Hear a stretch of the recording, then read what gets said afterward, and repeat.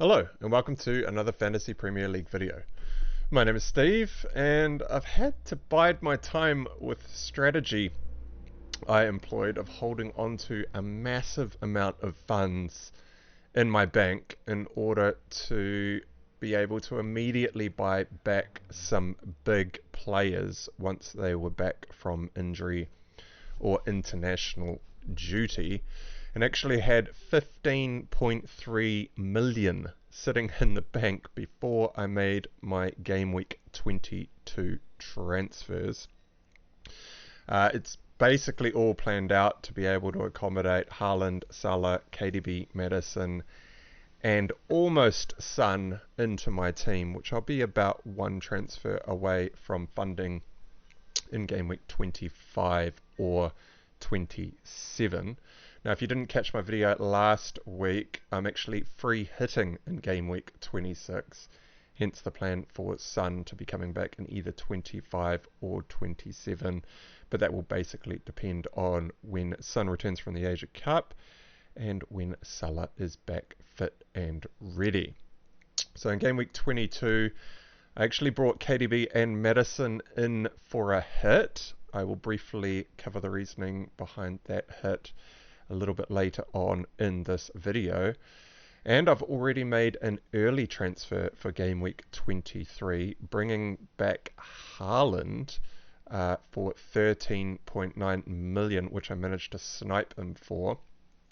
But the main part of this video is actually going to be football analysis related to how Man City lined up against Burnley at the weekend, and my thoughts on how this will change this weekend with Haaland back as they go to face Brentford away. So we've got a little bit to cover in this video, but before we get started, if you're not already a subscriber to this channel, consider subscribing and make sure to give the video a thumbs up if you enjoy the following content. So, first of all, the Man City formation analysis. So, there was a bit of a narrative going around that many managers weren't sure that KDB was actually going to get the majority of minutes over the upcoming run of fixtures, which Man City have, but also due to basically how long Kevin De Bruyne has been injured. I didn't quite see it the same way. I see it as, well, KDB being one of the two best players in the Man City squad, probably alongside Haaland, and that Pep was going to do everything that he could to get KDB back up to full match fitness as quickly as possible. Hence, I was happy to bring KDB in for game week 22. Now, KDB did start at the weekend. He started in the number 10 role in behind Alvarez. That actually had Foden down at right wing, which he has actually kind of been listed as in the formation graphics when Man City line up. But Foden has largely been playing a very central 10 role, not really playing out on the right wing spot. However, with KDB back in the team, Foden was actually playing as a proper right winger. So he was out on the sideline holding the width, very similar to what Doku or Grealish have been doing for Man City out on the left, very much holding the width on the left hand side. Foden was very much holding the width on the right hand side of the pitch. So my thoughts from the match on Foden's new positioning. So at about the 50-minute mark in the match, this is my match notes, and it says Foden back at his natural right wing spot looks dangerous, especially coming in from the wing. He's built up a lot of knowledge about working in tight spaces, having played the 10 for so long, and has got very used to his head being on a constant swivel. But now that he's back out at the wing, with a lot more space to work with. He seems calm and in full control, looks to know where everyone is, and should be very dangerous if he gets a run of games out there. So in my playing career, I spent most of my career playing either left wing or as a striker, as a solo striker in a 4-2-3-1 formation. And the difference you notice quite a lot is when you are playing striker or in those central roles, it's always pretty crowded and congested. Strikers usually always have the two centre backs sitting right on them, but when you go back out to the left wing spot, you really only have the right or left back that is going to be marking you. And if you hug that touchline, you actually have a lot of space and a lot of time on the ball, and the ability to make easier, more calm decisions is more prevalent. So this is actually what caused Walker, I think, to be benched in this match. So with Foden hugging the right touchline, there is no need to play Walker at right back, as without KDB in the squad and Foden playing very centrally, Walker was the man that was responsible for getting right the way up the pitch into that right wing spot, out on hugging the touchline, providing the width where Foden was working in the 10, typically alongside someone else. It kind of interchanged quite a bit in there. Sometimes it was Alvarez, sometimes it was who else was sitting in there? He was basically playing a 10 with the central midfielders switching around a little bit. So with Foden actually playing the right wing spot, no need for having Walker to get all the way up the pitch. I think this is why Pep opted to play Rico Lewis as an inverting right back, so that he could go into the CDM role to play alongside Rodri when Man City had possession of the ball.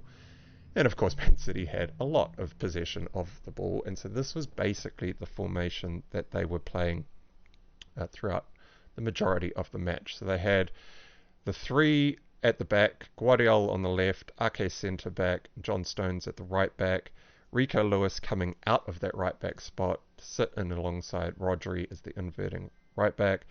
That gives you the two CDMs and allowed Matheus Nunes to play basically a box-to-box midfielder type position. Wasn't really box-to-box because he didn't actually have to do a hell of a lot of tracking back because Man City basically always had the ball.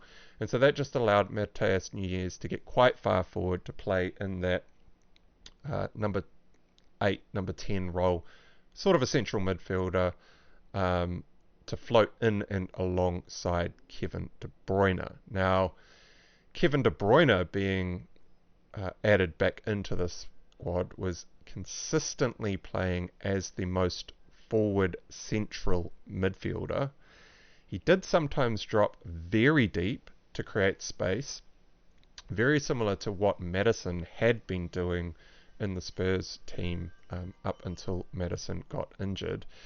But he was mostly high up the pitch with a lot of space to work with, as Foden and Doku were keeping the width, hugging those the touchlines. So this allowed obviously a lot more space for Nunes to come forward and create some overloads, but also it gave KDB a lot of space to just basically have that free role in which Kevin De Bruyne is the best at. Now, KDB, we all know, is an amazing player, but what makes him so good is his ability to pick out a killer pass, and this will work best when he's got more space to work with.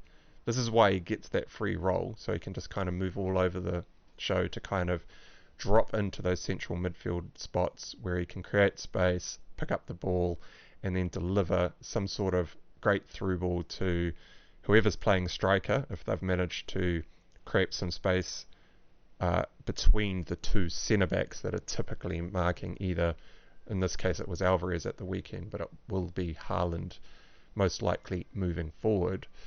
But also with Foden and Doku out hugging the wings as traditional wingers, they are a lot more inclined to pick up the ball and then run at defenders.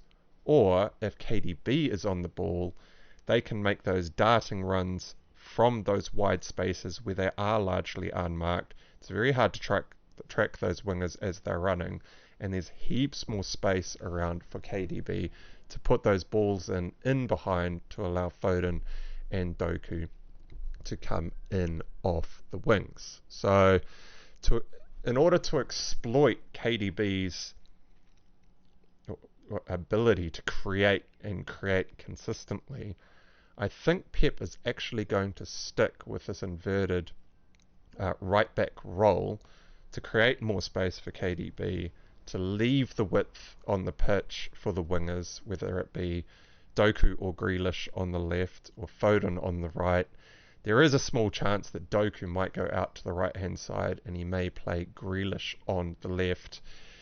We might see this potentially a little bit more maybe in the harder fixtures where Pep maybe wants to hold on to the ball a bit more consistently, although I still do think Foden is probably the first choice right winger.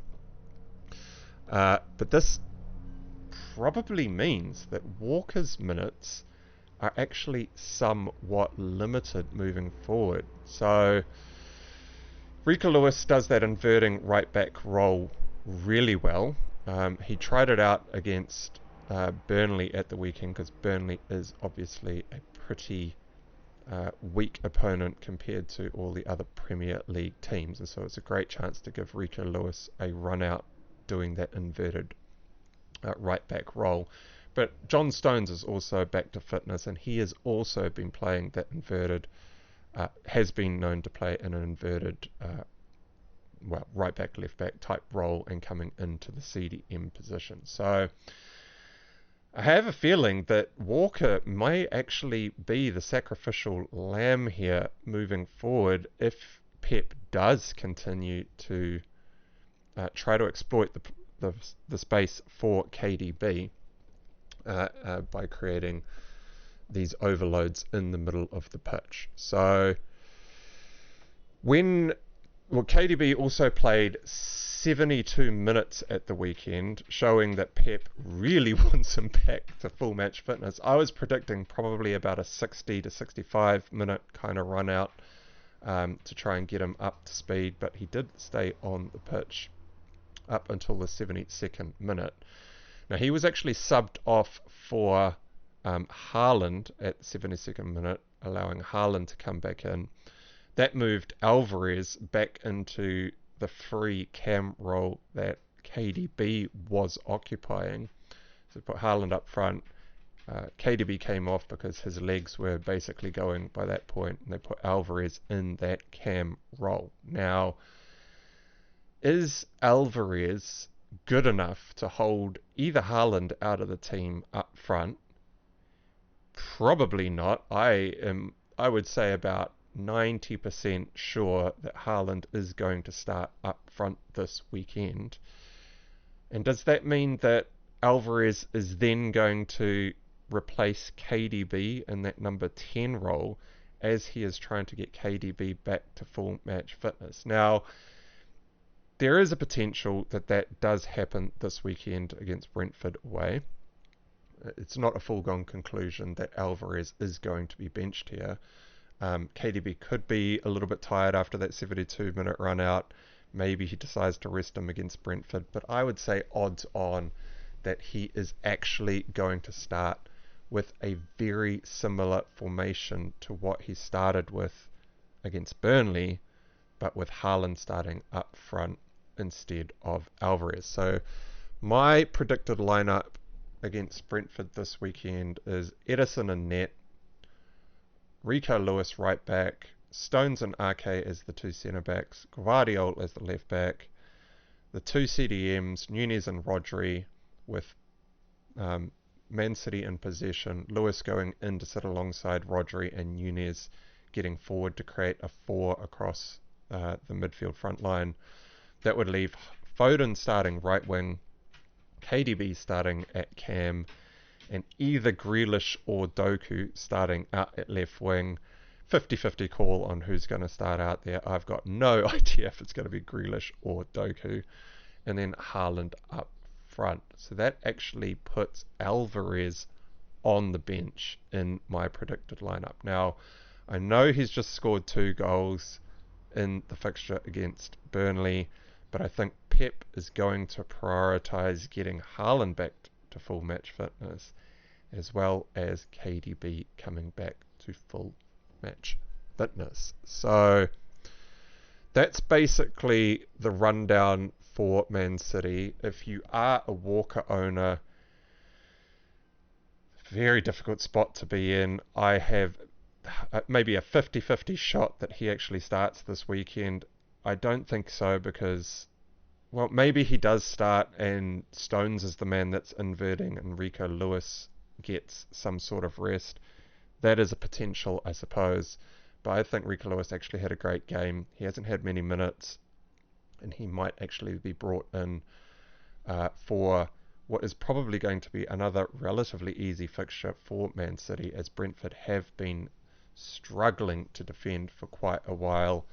And not only that, Pep would have probably been keeping an eye on Man City's ability to generate big chances without KDB and Haaland in the squad, especially KDB. It hasn't really been as free-flowing for Man City in attack as it has been, and I think Pep is looking to address that and has signalled that in the formation change which he rolled out against Burnley.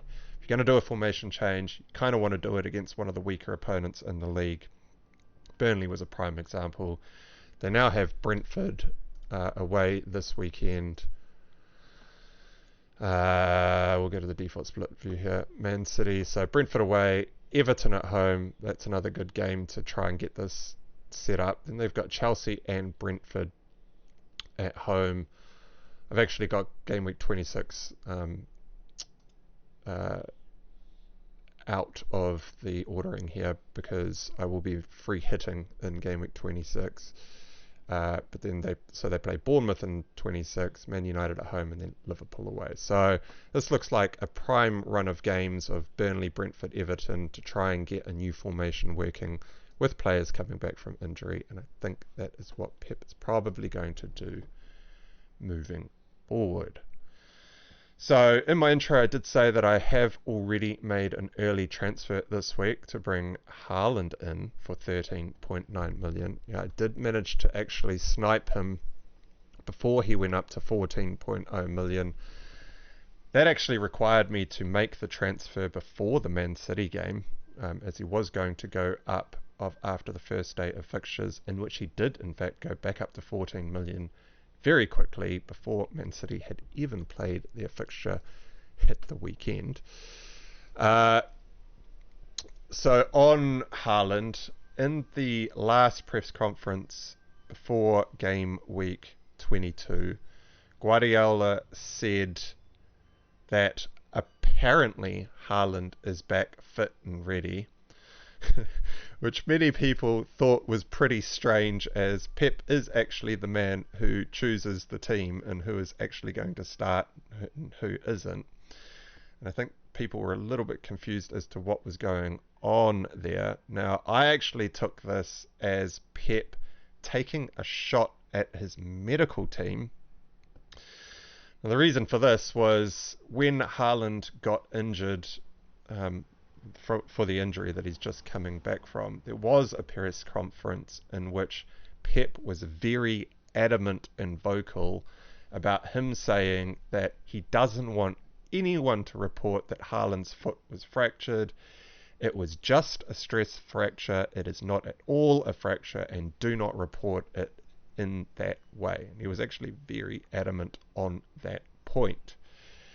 He then finds out a little bit later after that press conference from the medical team that they had misdiagnosed Haaland's injury and that it was indeed a fracture, which meant that Pep actually had to come back out in front of the media after being so insistent, saying that, yeah, in fact, it was actually a fracture. So the words apparently in his statement just before game week 22 was basically he was relying on the words of his medical staff earlier on. That's why he was so adamant in that press conference. He was basically taking a dig at them, saying, you guys best get your info correct before you tell me and I go in front of the world and make some very bold statements. So the apparently statement to me also meant that I didn't think Haaland was actually going to start the match, which is why I actually ended up opting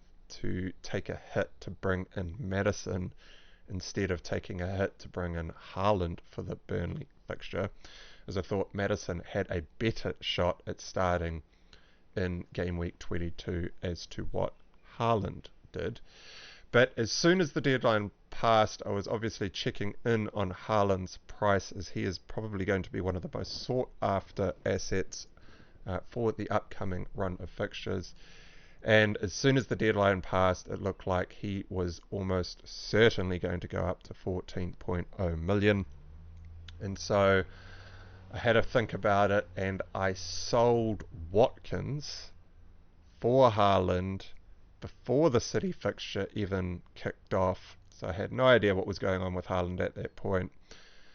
And Watkins actually has a really good fixture on paper away to Sheffield United this weekend. But if you did check in on my video last week where I covered basically just chip strategy for the whole video as to why I am aiming to free hit in game week 26, the only way that I could actually afford the team which I really want, which is Haaland up front, KDB in midfield, obviously Palmer in midfield, Maddison, Salah and Son is going to be my final midfield five, which is a very heavy midfield five. The only way that I could afford all those players was indeed to sell Watkins to be able to afford that. So I have in fact made that move.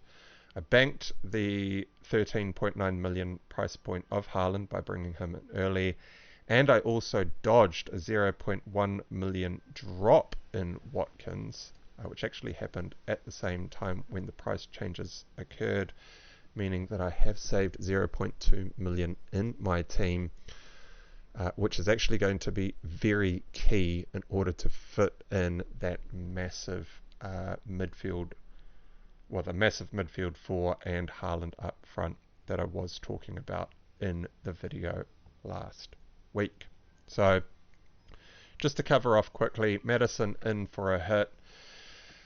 When I went through the transfers for my team leading up to game week 25, that was in the video last week, I kind of walked through all the transfers that I was going to make. If I pushed it out slightly further past my free hit in game week 26, I realized that I was going to need a hit in order to bring Son back into my team. So I thought it was best to get rid of someone earlier in order to bring in some of my key players. And I thought it was best to sell Pascal Gross for the hit to bring Maddison in, which is a bit of a big call considering I had just bought Gross in for a hit as part of a bit of a debacle in the prior game week, which went over 2 game weeks where I bought Bowen in early. He was out injured. I switched him over to Gross for a hit. Turned out Bowen was actually fit and ready by the time his game rolled around. Gross blanked. Absolute nightmare.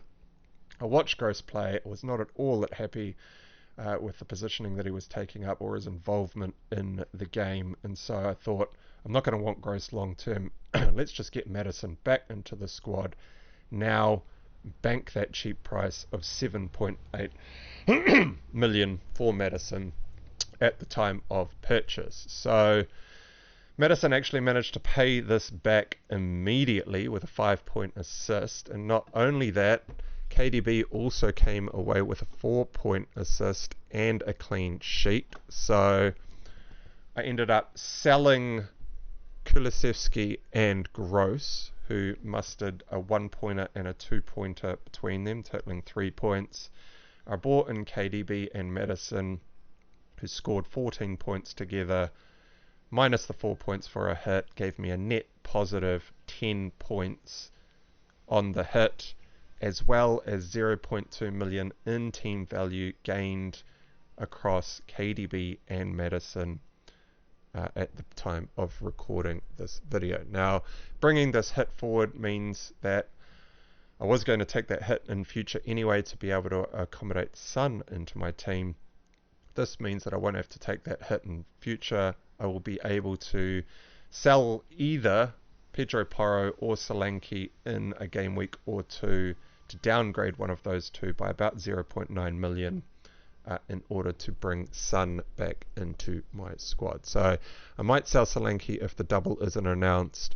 I might sell Porro, switch him over to Udogi in order to fund this move. But that is why I opted to bring the hit forward. So I scored 65 points for game week 22 with the -4. It's currently showing 198k in the world, but the game hasn't updated yet. I will be at around 185k for a green arrow heading into the run of the doubles and the blanks. And very quickly we'll just cover over team selection for game week 23. I'm going to be rolling out my triple Newcastle defense, all at home to Luton, as well as Pedro Porro away to Everton. Now my option is to bench Botman and play Gusto at home to Wolves. I'll definitely be benching Gabriel as he is at home to Liverpool, and I suspect Liverpool will score in that match. Gabriel's attacking threat is very limited, only to those set pieces in which he is able to get forward. Gusto had a surprise benching against Liverpool at the weekend. I think what happened there is Pochettino went with the experience of Chilwell in such a big game, coming up against Liverpool, and so they benched Gusto. However, watching that game, Chilwell had a horrible first half. About the 30-minute mark, I was thinking, Jesus, Chilwell's going to be subbed off here at half-time. Pochettino did, in fact, actually make 3 changes at half-time. It was a big change at half-time. Took off Chilwell, brought on Gusto, kind of shuffled the back line a little bit, and Gusto played an amazing second half. This probably means that Gusto will start this weekend. And Gusto did actually set up a couple of big chances in that Liverpool game. But I think Wolves probably score, and with the small threat of rotation for Gusto, I think I'm just going to go with Botman in my back line instead of Gusto, and just hope that Newcastle come away with a clean sheet, which would be a triple up on the clean sheet there. Across the middle of the park, we've got Saka at home to Liverpool, toughest game for all of my players. Maddison away to Everton, Foden and De Bruyne away to Brentford, Palmer with vice captaincy at home to Wolves, Solanke up front at home to Forest, and Haaland captained away to Brentford, as I am almost certain he will start this weekend. So that is it for today's video. So if you remember to like and subscribe and all that good stuff, and we'll just try and cut it off there to keep it under half an hour. And until next time, I'll catch you again shortly. Cheers.